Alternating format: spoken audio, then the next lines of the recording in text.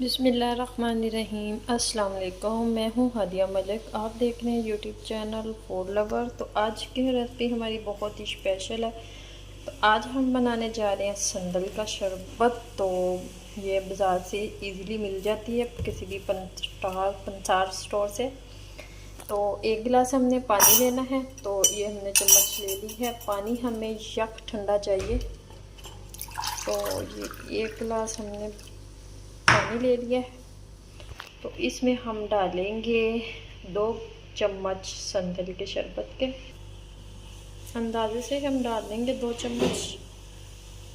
तो ये 2 चम्मच चलेंगे इसमें संदल शरबत। तो इसे करेंगे मिक्स। तो ये बहुत इजीली चटपट से बन जाता है, बहुत ही मज़ेदार। और ये आपके मैदे की गर्मी को दूर करेगा। आप गर्मी के मौसम में ये आपके दिल को ठंडक पहुँचाएगा। तो और बहुत ही बेस्ट शरबत है ये। आपने ये गर्मी के मौसम में ज़रूर इस्तेमाल करना है। तो शरबत हमारा रेडी है। तो ये देखिए संदल का शरबत हमारा बिल्कुल रेडी है। आपको हमारी वीडियो अच्छी लग रही हो तो लाइक शेयर। गर्मी के मौसम में बेस्ट है, बेस्ट। एक दफ़ा पी के देखें तो दिल को ठंडक कैसे मिलेगी ना, तो याद करेंगे मुझे।